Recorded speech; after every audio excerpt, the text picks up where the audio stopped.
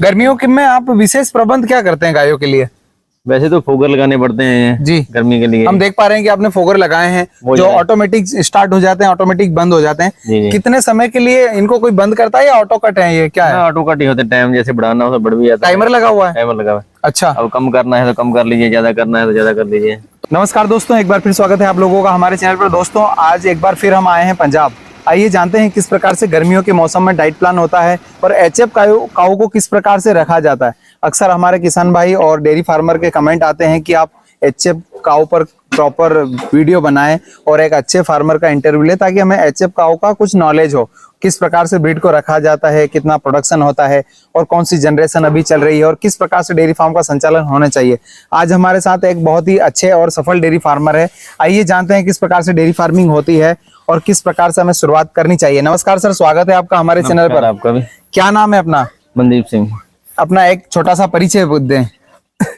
Actually मेरा हमारे गांव का नाम है खानेवा जी, तहसील पात्रान, डिस्ट्रिक्ट पटियाला जी, पंजाब में। हाँ। तो ये बताएं कि कितना समय हो गया है आपको डेयरी फार्मिंग में? तकरीबन 12 साल हो ही गए। 12 साल लोग हैं।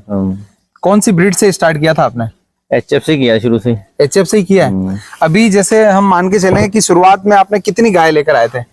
स्टार्टिंग में एक से शुरू किया था। एक से शुरू किया था, वो भी एचएफ ब्रीड थी? हाँ, वो एचएफ थी। उसके बाद आज अगर प्रेजेंट में बात की जाए तो टोटल कितने एनिमल है आपके पास? आज 50 है। आज 50 है। कितने एनिमल अभी मिल्किंग में है आपके? अभी तो हो गए 25 एनिमल है। 25 एनिमल है। कितना प्रोडक्शन हो रहा है? अभी तो कम है, जो ज्यादातर तो कोई काफी समय हो गया ना जी, ड्राई भी हो गई है, ज्यादा ड्राई हो रहे हैं अभी तो। पीक लेवल पर हो जब आपका फार्म का एक जो प्रोडक्शन है वो कितना होता है? तब तो 850 लीटर के था तकरीबन पर डे का। जी। क्या रेट में जाता है? हाँ, वही 41-42 पे। 41-42 समय के हिसाब से ना। सर्दी अभी गर्मी में ज्यादा हो जाता है, सर्दी में कम होता है। अच्छा, गर्मियों में कम हो जाता है। डिमांड के हिसाब से। गर्मियों के में आप विशेष प्रबंध क्या करते हैं गायों के लिए? वैसे तो फोगर लगाने पड़ते हैं जी गर्मी के लिए। हम देख पा रहे हैं कि आपने फोगर लगाए हैं जो ऑटोमेटिक स्टार्ट हो जाते हैं, ऑटोमेटिक बंद हो जाते हैं। जी। कितने समय के लिए इनको कोई बंद करता है या ऑटो कट है, ये क्या है? ऑटो कट ही होते, टाइम जैसे बढ़ाना हो तो बढ़ भी जाता है। टाइमर लगा हुआ है? टाइमर लगा हुआ है। अच्छा, अब कम करना है तो कम कर लीजिए, ज्यादा करना है तो ज्यादा कर लीजिए। तो गर्मियों में ये सुबह से कितनी बजे स्टार्ट हो जाते हैं या रात को भी चलते हैं? ना, सुबह जैसे 11 बजे से शुरू कर देते हैं। सुबह में? हाँ। जब ठंडी या हीट का समझो गर्मी बढ़ने लगती जाता। हाईएस्ट कितना टेम्परेचर गया है गर्मी का? अभी तो 47 तक चला गया। 47 तक चला गया। इस बार तो ज्यादा रह गया। हर साल बढ़ता जा रहा है। जैसे कि गर्मियों के मौसम में आप फोगर लगाते हैं, डाइट प्लान कुछ गर्मियों में चेंज करते हैं या सेम रहता है? फीड वगैरह थोड़ी कम कर देते हैं। कम कर देते हैं जी, ताकि जानवर सही रहे। अच्छा, टाइम चेंज करते हैं। सुबह यानी कि सूर्य चढ़ने से पहले और शाम को सूर्य छिपने के बाद में फीड देते हैं। गायों में जैसे एचएफ में काफी प्रॉब्लम आती है कि हीट पर प्रॉपर आती नहीं और आती है तो कंसीव नहीं होती है, उसके क्या कारण होते हैं? कारण तो मिनरल मिक्सचर की कमी होती है यार। तो जी, जानवर में मिनरल की कमी आ रही है, प्रोटीन की कमी, आपकी डाइट सही नहीं है तब होता है। आपने कहीं से स्टडी किया या धीरे धीरे आपने स्वयं को इतना नॉलेज हो गया? कुछ ट्रेनिंग मिली थी, बाकी एक्सपीरियंस भी हो गया। अभी कई साल हो गए ना। अभी आपके पास एचएफ में कौन कौन सी ब्रीडें हैं? एचएफ में तो एचएफ ही ज्यादातर। तो वैसे हमारे पास दूसरी भी है, जर्सी भी है कुछ। जर्सी भी है? जर्सी लेकिन थोड़ी है वो तो। एचएफ में आप एआई जैसे डॉक्टरों से कराते हैं या स्वयं करते हैं? ना, खुद ही करते हैं। खुद ही करते हैं? हाँ, ब्रदर करते हैं बड़े। अच्छा सर, ये बताएं कि जैसे आपने बताया कि 850 लीटर दूध हो जाता है पर डे का और वीर का कंपनी को दूध जाता है, तो जब पीक लेवल होता है उस समय कितना आपका जो है वो 10 दिन का बिल हो जाता है? तकरीबन हो जाता है 3 लाख से ऊपर ही होता है। 3 लाख से ऊपर। अगर हम देखें कि डेयरी फार्मिंग में एचएफ काऊ पर हम काम किया जाए तो प्रॉफिट कितने % है इसमें मार्जिन? प्रॉफिट तो ऐसे होता है ना, मौसम के हिसाब से होता है। सर्दी में ज्यादा होता है, गर्मी में भी कम होता है। प्रॉफिट है 40% है या फिर 60% है, कितना मानेंगे आप? वैसे तो 70% होता है कि इसका भी 70% खर्चा आता है, 30% होता है। 30% हो जाता है, यानी कि पूरे साल का होता है। जैसे तो सर्दी में ज्यादा होता है, सर्दी में ज्यादा बच जाता है जी। गर्मी में आजकल थोड़ा इनकम कम होती है। आपने जैसे ये यहाँ पर पार्लर लगा रखा है, कितनी गायों का एक साथ मिल्किंग हो जाता है? 8 गाय एक साथ ही। 8 गायों का, 4 इधर और 4 उधर? नहीं, 8 एक साइड। 16 गायों का हो जाता है। उसके बाद जो है उसको 8 को मशीन लगा दिया जी, उसके बाद दूसरी तैयार कर लेते हैं जी, उसके बाद दूसरी शुरू हो जाती है। मतलब यानी कि एक दफा आ गया उसको बाहर निकालेंगे, ऐसे काम नहीं है। अच्छा, मिल्किंग एक साथ सभी का चलता रहता है। अच्छा, ये पार्लर जो है आपने बनाया और ये शेड है, कितने साइज में होगा, कितनी जमीन में होगा? है जी 1 किले से ज्यादा ही है जगह। 1 किले से ज्यादा है जी। अभी आप हरे चारे में क्या दे रहे हैं?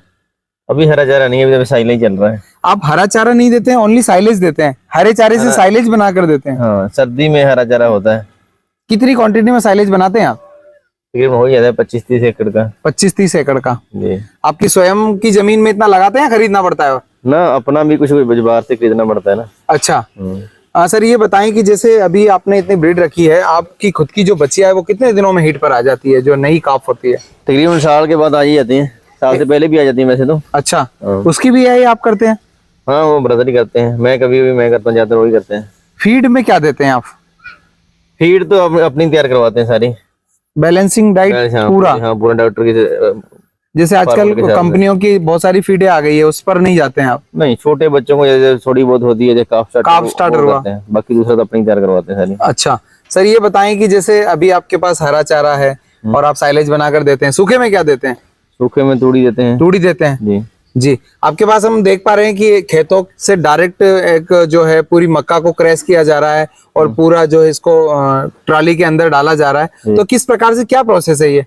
वो मशीन है अपने पास साइलेज बनाने वाली। अच्छा। मक्की को काटती भी है, लोड भी करती है ट्रॉली में। मक्की को काटना, लोड करना और काटना भी और लोड भी करना, दोनों एक साथ हो जाता है चलते चलते? पहले छोटी थी, अभी इस साल थोड़ी बड़ी लाए हैं, बड़ी लाए हैं। ये कितना कैसे काम करती है, कितना 1 घंटे में या फिर किले के हिसाब से? यदि कोई हमारे किसान भाई पंजाब के या आपके आसपास के युवा या कोई डेयरी फार्मर मशीन की आवश्यकता हो और साइलेज के लिए यदि वो इसको बुलाना चाहते हैं, तो किस हिसाब से रेट रहता है इसका, कैसे चार्जेस रहते हैं? चार्जेस ऐसे होते हैं ना, चाहे आप, एक तो होता है कि आपने मशीन चाहिए आपको के लिए, ट्रॉली वगैरह आपकी होती है जी। एक जगह होता है कि आपको ट्रॉली भी आपकी चाहिए जी, तो उसके हिसाब से होता है, ट्रॉली भी साथ में रेट अलग हो जाएगा। बाकी डिमांड हो जगह के हिसाब से, ट्रॉली दूर जाना है तो ट्रॉली का रेट ज्यादा हो जाएगा, ऐसा होता है ना। अच्छा, तो आप यदि हमारे किसी किसान भाइयों को जरूरत लगती है तो आप उनके खेत पर चले जाएंगे, मतलब सीधे से ऑर्डर ले लेते हैं? हाँ, चले जाते हैं। अच्छा दोस्तों, यदि आप अपने खेत पर डायरेक्ट साइलेज का, मक्का का क्रैश करना चाहते हैं तो सर के दिए गए स्क्रीन पर नंबर पर संपर्क कर सकते हैं और इनकी मशीन की जो भी पॉलिसियां हैं, कितने चार्ज लगता है, किस प्रकार से इनके रूल रहते हैं, वो आप समझ सकते हैं और अपने फार्म पर बुला सकते हैं। सर ये बताएं कि कितनी दूरी में आपकी मशीन चली जाएगी?